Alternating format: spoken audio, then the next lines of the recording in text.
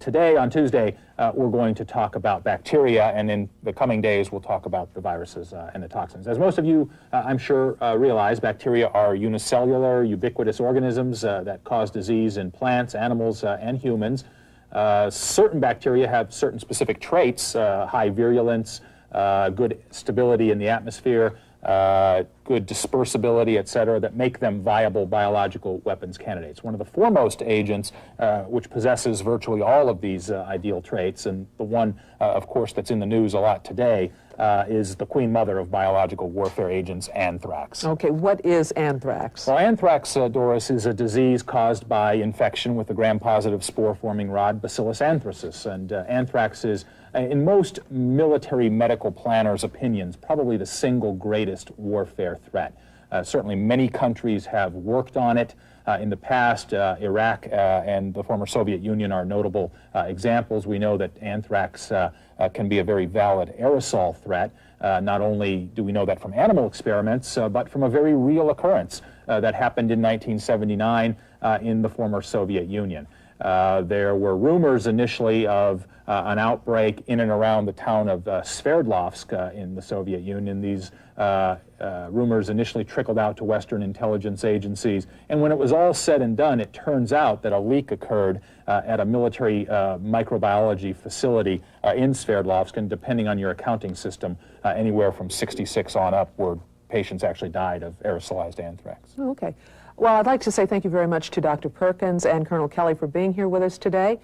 We now have quite an interesting interview with Professor Matthew Meselson from Harvard University, who with Dr. Gene Gilliman led an investigation of that incident. Let's take a look at the videotape.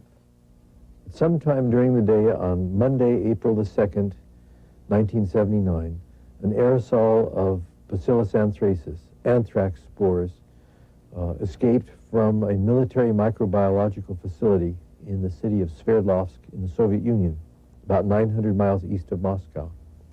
And this cloud drifted downwind and infected people and animals. The people who were infected were almost all within a very narrow zone that went from the military microbiological facility, which was in the southern part of the city, down to the southern city limits. And then, for almost 50 kilometers more, villages had dead sheep from anthrax infection and a few dead cows. No people were infected outside of the city. We know this because, although initially, when I went the first time to Sverdlovsk, I thought that of the two hypotheses, one, that it was foodborne, and two, that it was airborne, that it was still quite plausible that it was foodborne. But there's nothing like data to decide between two hypotheses. And when we found, after 2 years of interviewing of families of those who died, that the people who died worked in factories and other places that were in a very narrow zone, and when we found that the 6 villages which reported dead sheep were all in a straight line, the same line that was the center zone of where the people worked who died, and when we found that on Monday, April 2nd, that the wind direction, as recorded by the local airport, was exactly in that same direction all day long, then it was obvious that this had been an airborne release. There was previous pathoanatomical evidence suggestive that it was inhalation anthrax, but the problem with that evidence is that we don't have any good pathoanatomical reports of true gastrointestinal anthrax. And so a differential pathoanatomic diagnosis, rigorously speaking, is not possible without that further evidence. However, it was suggestive from the fact that there was more involvement of mediastinal and thoracic nodes than of mesentery nodes, although there was also involvement of meningitis. It was suggestive that it was inhalation, but it was epidemiology that not only solved it, but also told us when it happened during the day on April the 2nd and where it came from, the military microbiological facility, something that, of course, autopsy couldn't tell you. As to how the infection was first identified as anthrax, I can only tell you what people told us. When we interviewed the former epidemiologist of the city. He said that as soon as they realized that there was an unusual epidemic, they tried to narrow it down.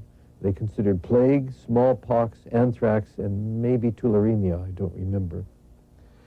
The first identification of it as anthrax, if the stories we were told are correct, was due to the pathologist Abramova, who saw the extensive hemorrhage in anthrax meningitis once in a textbook. That condition is called Cardinal's cap because the entire meninges are hemorrhagic. She saw that in one of the patients and remembered the textbook that she had seen earlier, years earlier, and according to what we were told by the various medical people we spoke to, that was the first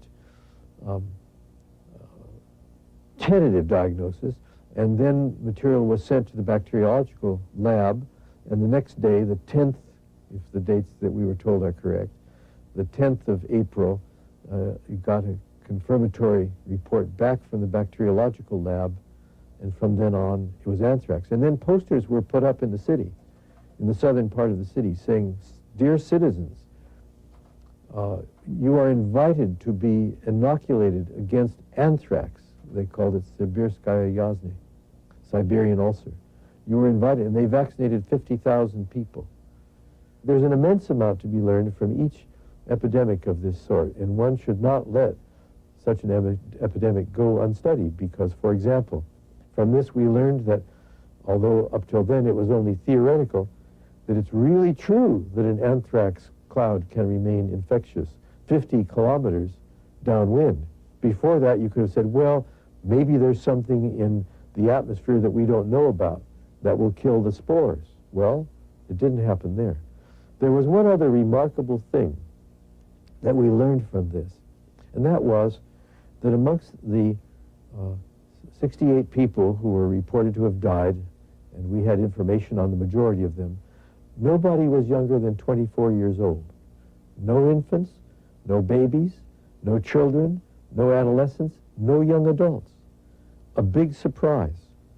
When we looked into the old literature on inhalation anthrax, of which there are a number of reports, including quite a few from Russia, from Tsarist and post-revolutionary times, we also found that there were no young people.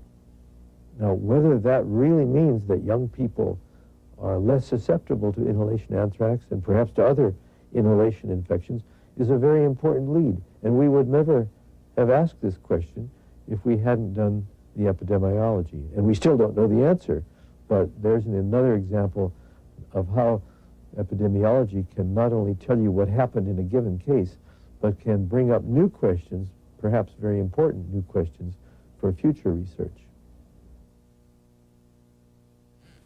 Well, that was fascinating, and it certainly emphasized the importance of epidemiology. But tell us some more about anthrax, Ted, and does it occur naturally? Well, Doris, before I answer that question, I'd like to welcome Colonel Art Friedlander here, one of the world's foremost experts on anthrax and the senior military scientist at USAMRIID, as well as my boss, Colonel Ed Eitzen, who's chief of the Operational Medicine Division at USAMRIID. Maybe Colonel Friedlander would probably be best suited to answer that question. Sure. Well, anthrax is a naturally occurring disease. It's a zoonotic disease of herbivores, and that means domesticated animals, such as sheep, cattle, goats, and also wildlife. It occurs throughout the world, which is indicative of the fact that the spore does occur in the soil throughout the world. Now, humans become infected under natural circumstances by contact with infected animals or contaminated animal products, such as wool or hair or hides or bone meal, by either the cutaneous, the gastrointestinal, or the respiratory route. And here we can see a picture, I think that's coming forth, of a rhinoceros. This is actually an endangered species in the national parks of South Africa, and one of the problems facing these rhinoceros is anthrax, in fact. And I think the next slide shows a zebra, again, wildlife threatened by anthrax. You You know, Doris, anthrax is, as we alluded to earlier, an organism that's found in the soil in many parts of the world. Now, it's not quite so common in the United States, but in Iran, Pakistan, Afghanistan, many of the new republics of former Soviet Central Asia, and in parts of sub-Saharan Africa, anthrax is very, very common. And even in the United States, there are areas of the country where one does see a heavy anthrax contamination of soil. Texas, Oklahoma, the Dakotas, for example. Here's a cow, in fact, in Texas, and I show this picture in honor of Colonel Parker, my boss. Colonel Parker is an Aggie, a graduate of Texas A&M University, and this is a Texas Longhorn. And Bevo here has succumbed to anthrax. He's given the hook 'em horns sign there. So. Colonel Friedlander, though, how does anthrax cause disease? What happens is that the spore is the infectious form of the organism, and the spore enters the host, and then the spore germinates, that is, into a bacillus, a rod-like shape of the organism. And the organism then has the capacity to produce two toxins, the so-called edema toxin and lethal toxin, as well as a capsule. And the toxins interfere with the host response to the organism. And one of the key roles of the key players in the toxin is the so-called protective antigen. But it's the toxins that cause local damage to the tissues and the capsule that interferes with phagocytosis of the organism that enables the organism to survive in the host. Okay. Colonel Edson, how does this translate to presentation of the disease? Well, Doris, it depends on the route of exposure. The most common form of anthrax is the cutaneous variety, which causes over 95% of naturally occurring cases of anthrax. And this is caused by spores entering breaks in the skin of the person infected. There is a natural progression of the lesion of anthrax from papule to vesicle to an ulcer to a black S-scar. Now, the first picture you saw was a papule. This is a vesicle form of the disease, and this is followed by ulceration, as seen in this photo, finally by S-scar formation, as seen here, which is a necrotic central area of the lesion.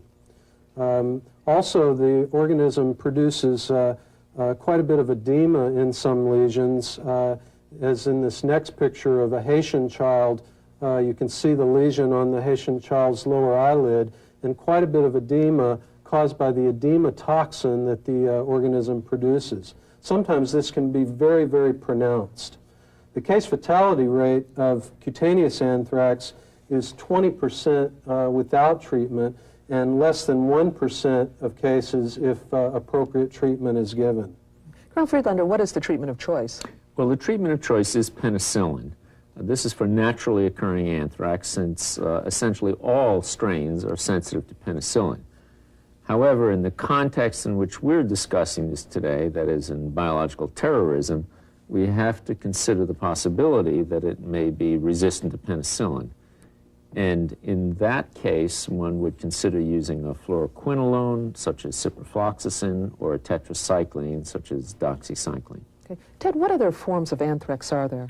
Well, in addition to the aerosol form of anthrax and the cutaneous form of anthrax that we've just discussed, there is a third form, gastrointestinal anthrax. This is a very rare way for anthrax to develop.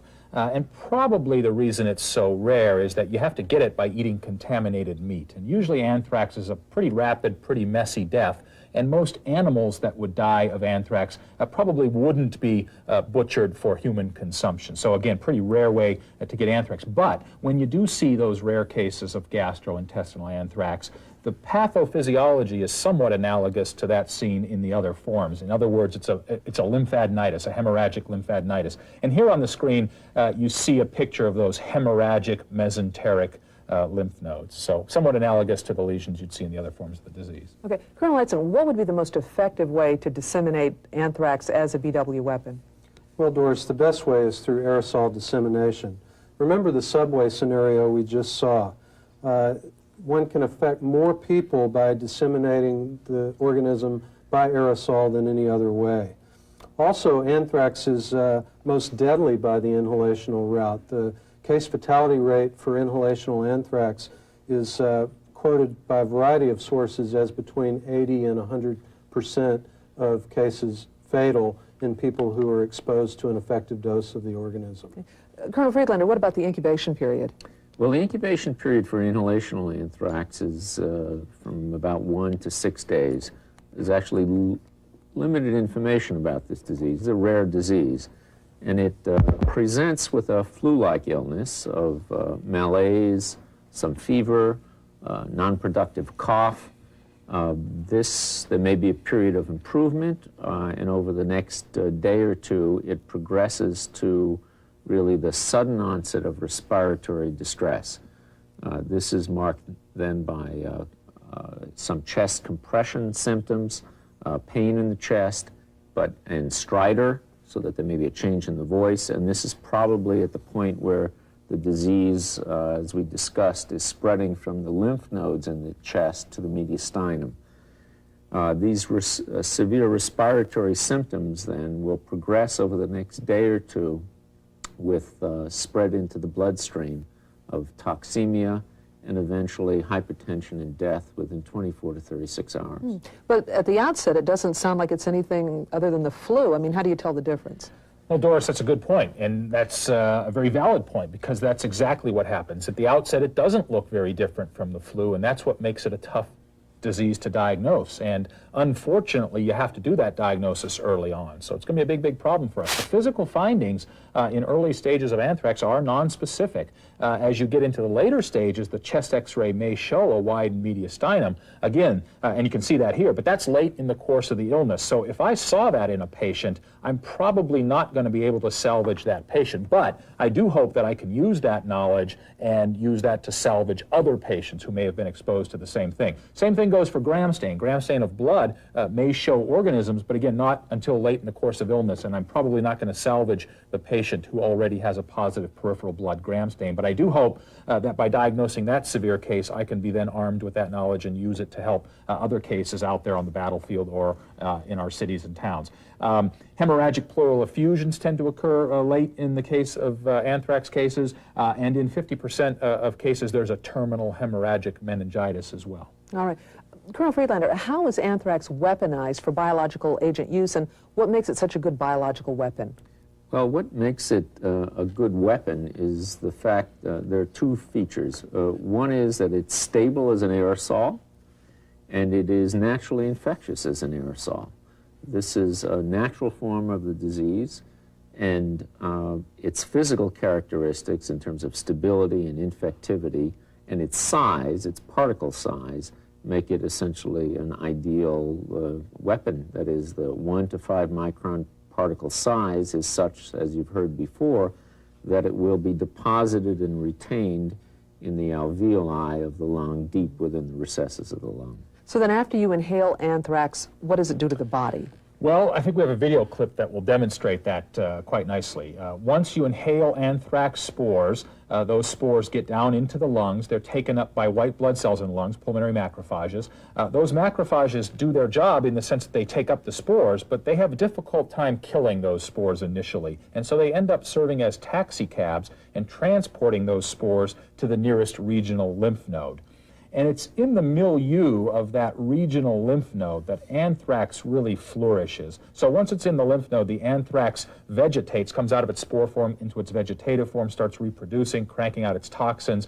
The lymph node becomes necrotic and eventually breaks down, and from there the anthrax bacteria get into the bloodstream, circulate around to affect the rest of the body. And I think, in fact, we may have a shot here of viable anthrax organisms clogging up a terminal blood vessel. I believe this is a scanning electron micrograph of a terminal arteriole, and you can see here at the time of death, it is absolutely chock full of viable Bacillus anthracis organisms. And one of our basic scientists estimated to me that at the time of death, 28% of the dry weight of blood is viable Bacillus anthracis organisms. Not difficult, I think, for the clinician out there to realize why you don't stand much chance of success if you wait to treat these patients. They need to be treated at the very earliest opportunity. Okay, is inhalation anthrax treatable? Colonel Edson. Well, Doris, as I mentioned before, cutaneous cases are readily treatable with penicillin. And in fact, only one naturally occurring case of penicillin-resistant anthrax has ever been documented. For inhalational cases, however, treatment can be very difficult, much more difficult. And in fact, you need to treat inhalational anthrax very early and very aggressively. Still, even at Sverdlovsk in the Russian outbreak, some cases were treated with antibiotics and survived. Colonel Friedlander, based on what you've seen with the animal challenge studies, what would you recommend for treatment? Well, I should first say that there's really minimal experience with treating this disease in humans because of its rarity. And we have had an opportunity to look at non-human primate models of inhalational anthrax, and based upon those studies, as well as in vitro sensitivities, the recommendations, and I think they'll be on the screen, is that if it's a penicillin-sensitive organism, to use high-dose penicillin, and here we're talking about 24 million units of penicillin a day. However, again, in the context of what we're discussing, if it's a penicillin-resistant organism, or if you don't know the sensitivities, we would recommend a fluoroquinolone or a tetracycline given intravenously to manage this disease. Right. Well, how do you protect yourself and other people? I mean, isn't this a contagious disease? Well, no, Doris, it's not. In fact, if there's any good news attendant to this whole problem of anthrax, it's the fact that it's not contagious person to person. In fact, I'm not aware of any person-to-person transmission of anthrax. The last large-scale human outbreak of anthrax occurred in Zimbabwe in about 1979. There was the possibility that during that outbreak there was some transmission from person to person via a biting fly vector. But in general, that's a pretty unusual way to transmit anthrax. And this brings us to this whole issue of precautions, and the CDC has recently revised its guidelines and used new terminology, but now we would consider standard precautions, what used to be called universal precautions, as sufficient for managing patients with anthrax. Colonel Friedlander, where is there an area of concern? Well, one of the areas of concern, and I think Mr. Patrick discussed that earlier, was the question of the contaminated environment and what to do with that. There's no good evidence in humans of infectivity from secondary aerosols with anthrax spores. Nevertheless, we think that it would be prudent, certainly in the immediate area of a munition that went off, where there might be high levels of spores, to avoid the area until it was decontaminated.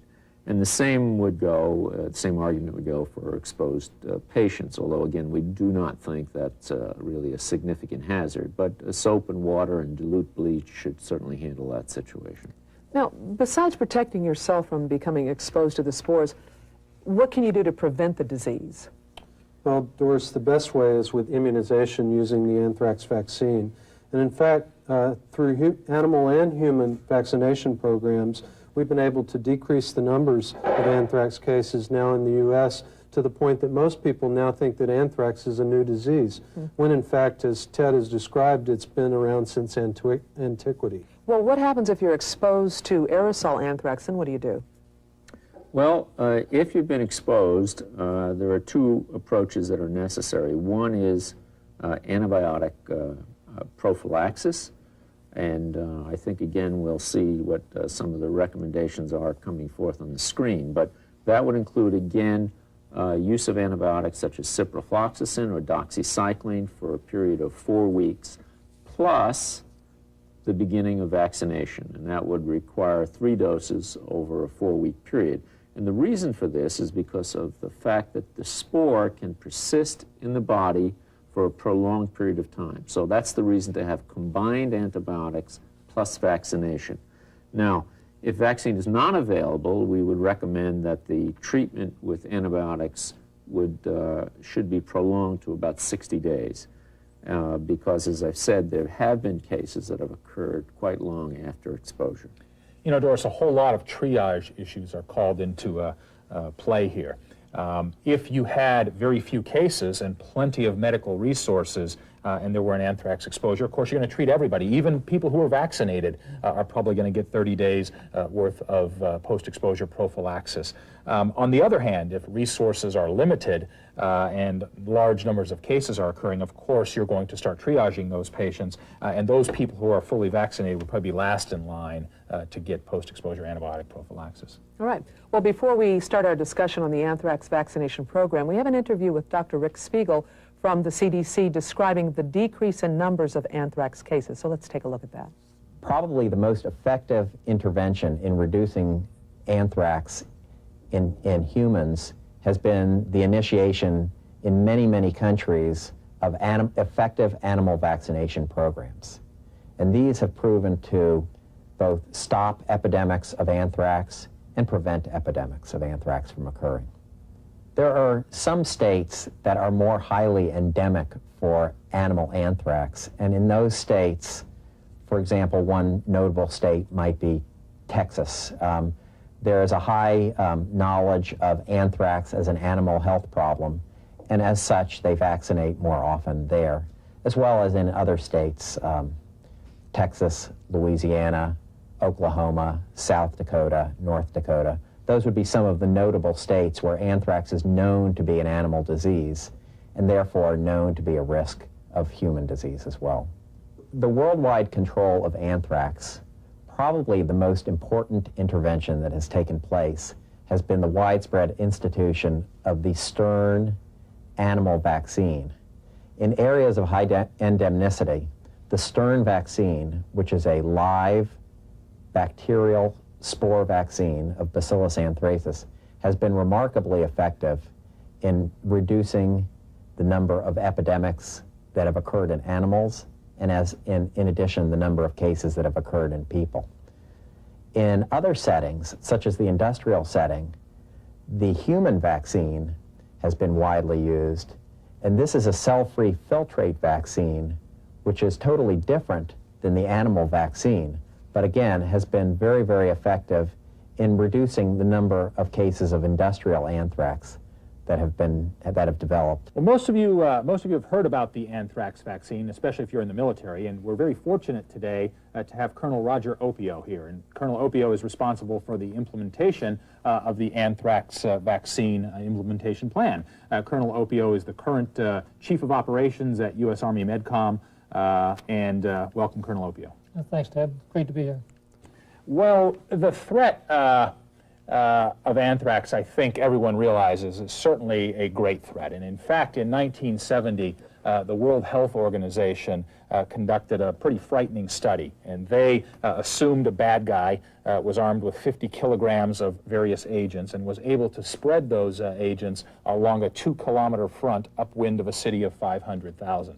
And they looked at several putative agents, and amongst those was anthrax. And by far, anthrax presented the most frightening scenario, a scenario where there would have been at least 125,000 total casualties, 95,000 of whom would have died. I think, given this, we can all see why the Department of Defense is so eager to step off on an anthrax vaccination program, and I wonder if, Colonel Opio, you could shed a little bit more light on this program.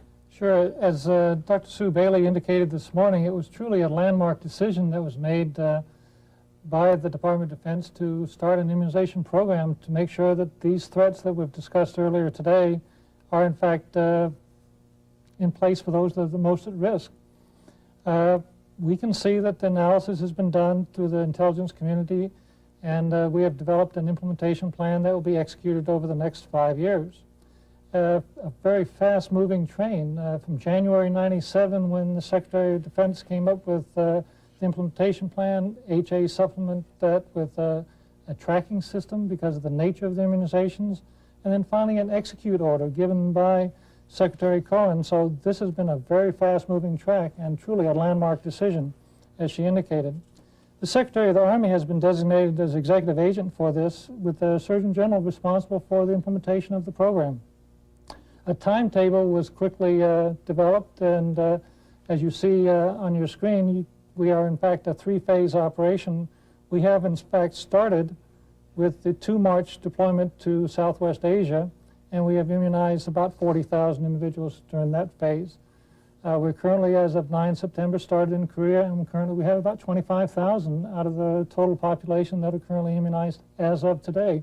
And by that, I mean that we have a recording of those immunizations actually into our data bank. A truly remarkable achievement. This is a thoroughly thought-out program. It wasn't rushed to. It was, even though the program has been in existence through the FDA with approved vaccine for over 28 years, we have in fact gone through supplemental testing. We've had an automation tracking system put in place, and then we've had an independent review. So it's very well thought out, and I think it's a very well executed program. I know as I travel around the country teaching biowarfare defense to various medical practitioners, I certainly hear a lot of concerns from soldiers in the field about the safety of this vaccine. I think you've pretty much allayed most of those concerns here today. Well, has the vaccine ever, has it been used before? Yes, it has. And in fact, the current anthrax vaccine has been licensed since 1970, so it's been used for over 20 years. It is prepared from a filtrate of a culture of an attenuated avirulent strain of anthrax bacteria. It doesn't contain any live agent, and it is not capable of transmitting the disease to humans.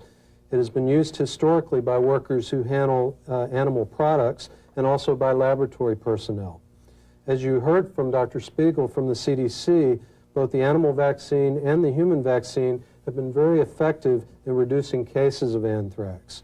The vaccine was given to about 150,000 soldiers during Operation Desert Shield Desert Storm, or about 25% of the total force deployed during that operation, and no severe adverse health effects were seen during that time. Well, Ed, I've had my 6 doses of anthrax vaccine. I didn't have any side effects. And in fact, I've distributed many doses of anthrax vaccine. I'm really not aware of anything other than some minor side effects. How about you? Are you aware of any significant problems with this vaccine? Well, Ted, you know, clinical studies submitted to the FDA for the original licensure of this vaccine contained information on about 16,500 doses that had been given. Mild local reactions consisting of redness and tenderness at the vaccine site occurred in about 5% of recipients during the initial series and about 3 to 16% of those who received boosters. Moderate reactions with redness 1 to 2 inches in diameter with tenderness or itching at the site of the vaccination were reported for less than 1 to 3% of all the doses that were administered. Severe reactions consisting of marked tenderness or limitation of arm motion were reported in less than 1% of recipients. So these reactions are unusual. Local reactions usually resolve within 1 to 3 days, except for some vaccinees who may develop a non-tender subcutaneous nodule shown here. And these little nodules that occur in the subcutaneous tissue can last up to 2 months, but resolve usually without treatment. The biggest problem associated with one of these nodules is to have a surgeon around who doesn't have enough to do. Only 4 systemic reactions were ever reported in the original licensure data, with fever, chills, body aches for up to 24 hours. So systemic reactions with this vaccine are very rare. There has never been any evidence of any long-term side effects of any significance associated with use of this vaccine. Well, Colonel Edson, is there a formal reporting system for something that you wouldn't expect to see? Yes, Doris, there is. And in fact, any severe reactions should be documented in the patient's medical record. Any reactions resulting in hospitalization or lost time from duty, and we define that as greater than 24 hours lost time from duty, should be reported on a form called a Vaccine Adverse Events Reporting System form, or VAERS-1 form. Anyone with a hypersensitivity reaction, such as anaphylaxis, should have that marked in their medical record very clearly, and they should not receive any further doses of this vaccine. Colonel Friedlander, does this vaccine work and is it effective? Well, first of all, there's very limited data on the efficacy in humans. There was a field trial done using a similar vaccine in the 1950s in wool mill workers in the northeast of the U.S. And in that study, it was demonstrated that the vaccine was effective in preventing cutaneous anthrax. There was a 93% protection rate against the cutaneous form of the disease, which is the form of the disease that usually occurred in the mill workers. However, there were some cases of inhalational anthrax that occurred during this outbreak. And as it turned out, there were 5 cases. All 5 cases occurred in the group which did not receive the vaccine. There were no cases that occurred in those workers that were vaccinated. However, so while it suggested that the vaccine protected against inhalational anthrax, the number of cases was not sufficient to offer statistically significant proof of efficacy. And that's the only data that exists in humans. And hopefully we will never have any more data. But part of that, for that reason, the vaccine efficacy was tested in the best model we have, which is in the non-human primate. And in such studies involving rhesus monkeys, it was demonstrated that after receiving, in 25 monkeys, and I think you can see this on the screen, who received 2 doses of the vaccine, all 25 monkeys survived. Now, there were also, and this is from a period from 2 to 9 months after vaccination. In fact, 7 of 8 monkeys survived for a period of 2 years.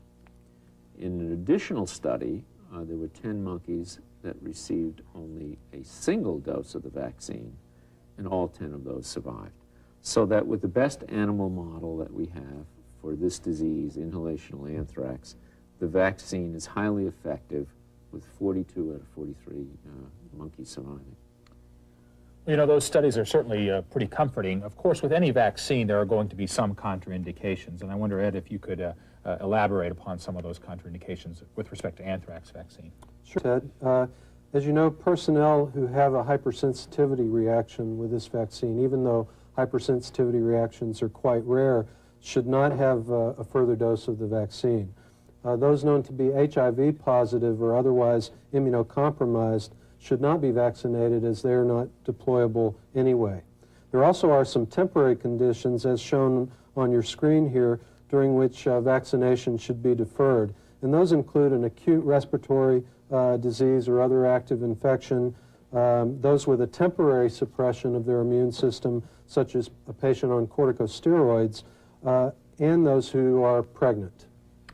You know, Ed, again, as I travel around, one of the things that causes great concern, one of the questions, I guess, that comes up frequently is the question of pregnancy. Are there contraindications to giving this vaccine to a pregnant woman? Are there lasting effects on reproductive health? I wonder if you could comment on that. Well, as you know, the vaccine is a sterile, cell-free product.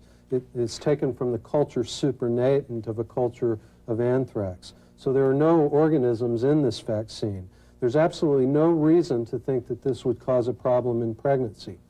However, the risks associated with immunization during pregnancy are unknown because it hasn't been studied, and prudence dictates, therefore, that the vaccine should be deferred during pregnancy. While pregnancy testing is not indicated before vaccination, every woman of childbearing age should be questioned about the possibility of pregnancy, and if she may be pregnant, she should be referred for further evaluation before immunization continues. After she is no longer pregnant, if in fact she is pregnant, the vaccine series can continue where it left off. There's no reason to interrupt breastfeeding either, as the vaccine can be given to lactating women. If there are any questions, certainly the woman should be referred to her primary care provider for consultation before continuing with the vaccine series. Well, thanks, Ed. Therefore, just to summarize for those of you out there in the audience, before immunizing any woman, you should ask her whether she could be pregnant. If there's any chance that she is pregnant and it's not already documented in her medical record, then she should be referred for a pregnancy test. If that test is negative, that female soldier should be vaccinated. If the test is positive, she should be deferred from immunization until completion of the pregnancy, as Colonel Eitzen stated. And I want you to remember that all vaccines, or virtually all vaccines that we use in clinical medicine today, including the anthrax vaccine, are labeled as pregnancy category C. And what this means is we don't have good information that proves that they're safe in humans. On the other hand, we don't have good information that shows that they're not safe. And in the case of the anthrax vaccine in particular, again, as Colonel Eitzen alluded to, there's every reason to think this would be safe, but again, pregnant women should still be deferred from further immunization. Okay. So how is the vaccine given?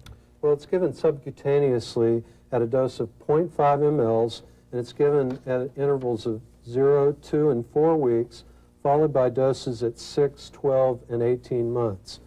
So it's a 6-shot primary series, as shown on your screen. The 0 dose is the day of the first vaccination. This initial series is then followed up by yearly boosters to maintain immunity.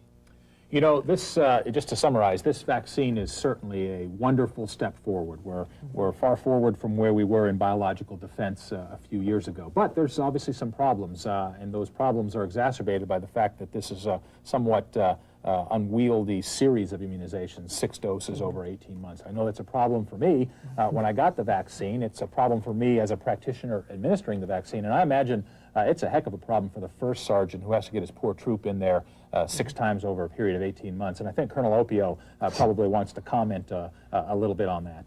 Indeed, the largest challenge facing health affairs was to capture this all in an automated data system. This it was an incredible task. The services had never, and to this date, have never done anything like this to capture 100% accurate all immunizations that are given worldwide. The task was sent out, and it was determined that the DEERS data system would in fact be the central repository. And each of the services then developed their own interim systems to support this requirement. The Army developed the MedPro system, the Air Force developed the MITS, the Medical Immunization Tracking System, and the Navy developed the SAM system, which was already on board their shipboard automated medical systems. And so they're all feeding this data into a central data warehouse to capture all this data.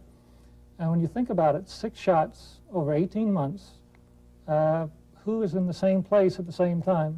In the mobile force we find ourselves, soldier, sailor, and airman, always moving around. So we needed to be able to go into any medical treatment facility, regardless of color of service, and pick up that immunization with 100% accuracy. And the systems that the services have developed have allowed us to do that. An incredible task, and my hat's off to the services for making that happen. The Surgeon General, as the executive agent and executing for the as the TSG rep, we try in the Operations Directorate to make sure that all of these data bytes are in fact captured with 100% accuracy. We report on a weekly basis just the status of the force.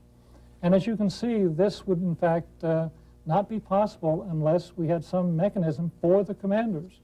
And the commanders do in fact have that capability. There is obviously a manual system that goes along with all of this. We still use the SF-601, the medical record, shot records that's placed in the records. That's that little yellow shot record? No, just a minute, Doris.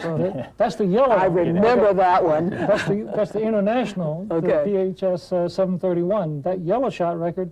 So there's a redundancy in the systems. We still do the manual system, but we've added the automated tracking system to that as well. Yeah, being a former military brat, I remember that little yellow card.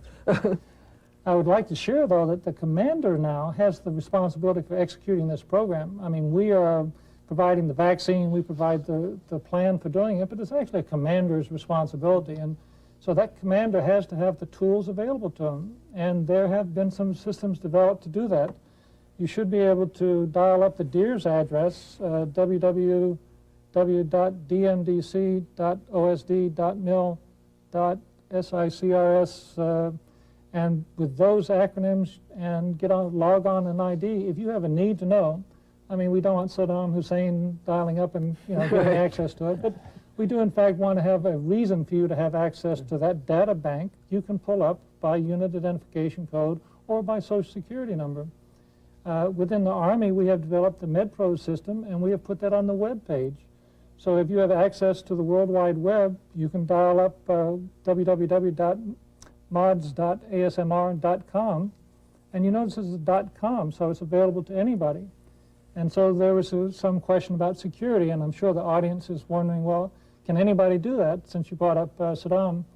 What happens is when you put in your social security number, it is in fact traced back to the officer master file. And if your social doesn't register in the officer master file or the enlisted master file, you don't get access to that system. So there's a security system, a secure layer that we've provided for that. I think it's just an exceptional system. From all the services, and the DEERS has been the central repository, forebodes things to come with the centralized data management of all of our health data. But Colonel Opio, what happens if you miss a dose? Well, if you miss a dose and you're within 2 years, you just continue right where we identify that missing dose. So up to 2 years for us, you can go ahead and continue on with your series. And under the new AVIP guidelines, this 2-year limit applies only to those personnel receiving a single dose. Personnel who have received 2 or more doses can simply pick up right where they left off, regardless of the delay between doses. Now, during Operation Desert Shield Desert Storm, 150,000 soldiers, sailors, airmen, and Marines were administered the anthrax vaccine. Most of these personnel received a single dose. And obviously, since it's been more than 2 years, those personnel would need to start over again. Those few soldiers who received 2 or more doses and who can in fact document the fact that they received 2 or more doses can again simply pick up right where they left off. Now, before we start on our next topic, we're going to check in and see if our studio audience has any questions and if they've been paying attention. Ted? What I want to do now is review some of the material we've covered up to now. We've got a long 12 hours ahead of us over the next 3 days, and I think it would be helpful if we did a little bit of review. So I'll throw some questions out to our studio audience here. You've already heard a lot of talk about anthrax, and certainly there seems to be a lot of emphasis both in this course and in the DoD in general about the use of anthrax as a weapon. And yet, we see by this course that there are certainly many other weapons systems out there. So why the emphasis on anthrax? What about anthrax makes it such a fearsome weapon as compared to a lot of other infectious diseases? Anybody know? Sir, ma'am. Yes, sir. As a spore, it's very easy to store, it's very easy to disperse, and it makes an excellent biological weapon. That's right. Good point. The point was, as a spore, anthrax makes a good biological weapon. And in fact, that's a very important point. Most bacteria are not spore formers. And those bacteria that aren't spore formers need the same things that you and I need in order to survive. They need food and water and love and affection and all that sort of stuff. But if I form a spore, I can go for prolonged periods of time without food and water. And consider how this makes the ordnance officer's job easier. If I'm an ordnance officer charged with storing biological weapons, and I've got a plague weapon, and plague is not a spore-forming organism. I've got to take the top off my warhead, fill it up with plague, screw the top back on, put the warhead in the bunker. 3 days later, all the plague's dead. I got to take the warhead out of the bunker, take the top off, dump the plague out, put new plague in, et cetera, et cetera. Well, with anthrax, I fill that warhead up with anthrax spores, put it in the bunker. 50 years later, that warhead is still viable. So I think that's just one of the many reasons anthrax is such a great weapon. Any other ideas? Dr. Knudsen? Another reason that it makes a good weapon is that it can be aerosolized in the 1 to 5 micron range and maintain its effectivity and stability in an aerosol. Absolutely. It lends itself very well to aerosolization at exactly the right particle size.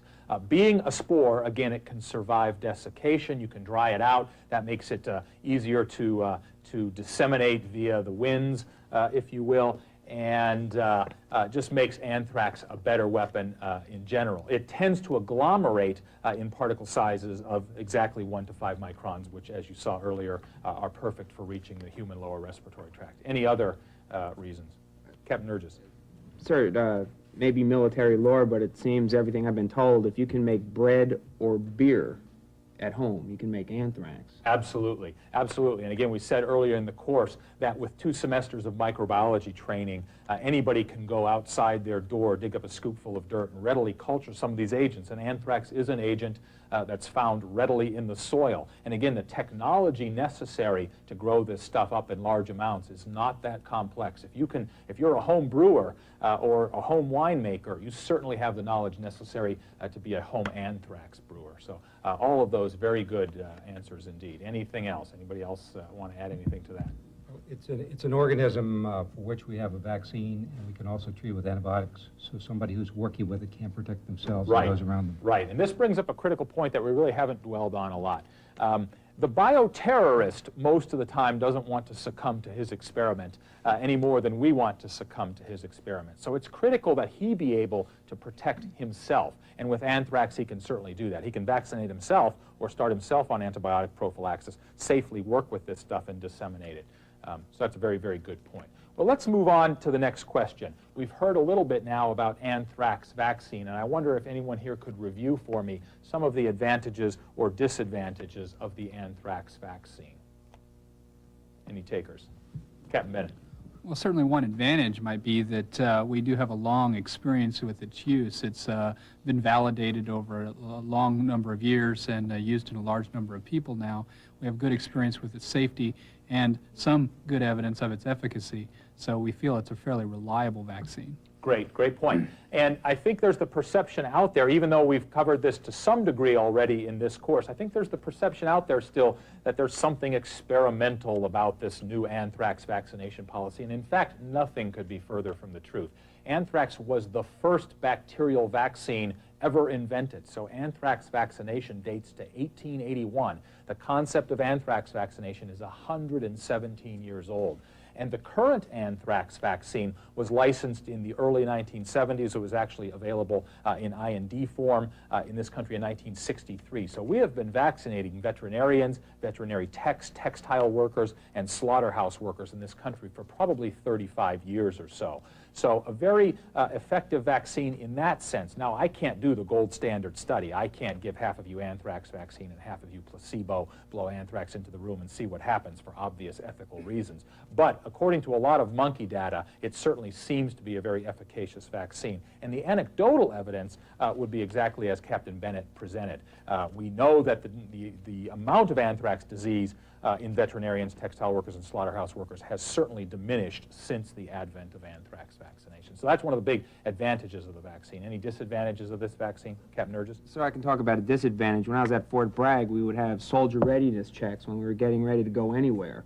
It's hard to get a battalion or a company or 3 or 4 people, especially doctors and nurses, down to the SRC. To do it 3 times on the vaccination schedule is first sergeant's nightmare. Right, absolutely. And again, as I said earlier in the course, a problem for the patient, it's not pleasant getting 6 shots. Problem for the doc, it's a lot of time and effort and resources expended vaccinating or administering this many doses of vaccine. A big problem for the poor first sergeant who's got to get his troops in there. And I think, and this is just Ted Cieslak's personal opinion, but I think that if this were a more user-friendly vaccination, we probably wouldn't even be talking about it today. There wouldn't be this big to-do about the Department of Defense vaccination policy. We probably would have just done this decades ago. This would have been a no-brainer if it was a 1 or a 2-dose series. Again, that's just my opinion.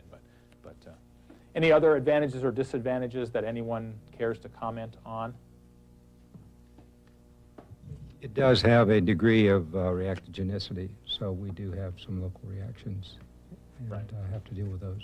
That's right. There is a little bit of a local reaction issue. It certainly doesn't seem to be much worse than with most vaccines. I can tell you from personal experience, I got 6 doses of this vaccine. It has a fairly high degree or fairly high amount of formalin in it, so it stings a little bit for 20 or 30 seconds after it's been administered.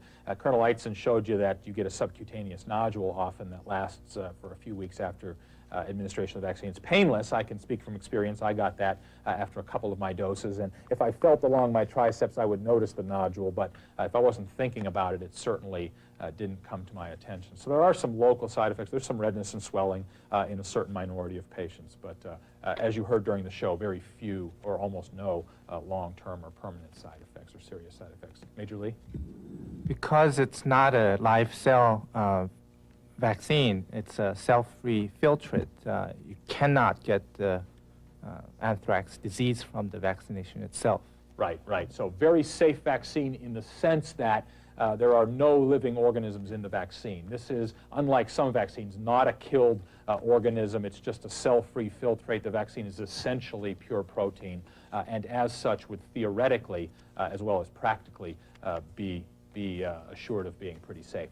Well, you've all done very well. It doesn't look like I'm going to stump you anymore with these questions. So I think rather than continue to try to do that, I will open the show up to the next agent that we're going to talk about, namely plague. And to do so, I think I'll throw it back to Doris.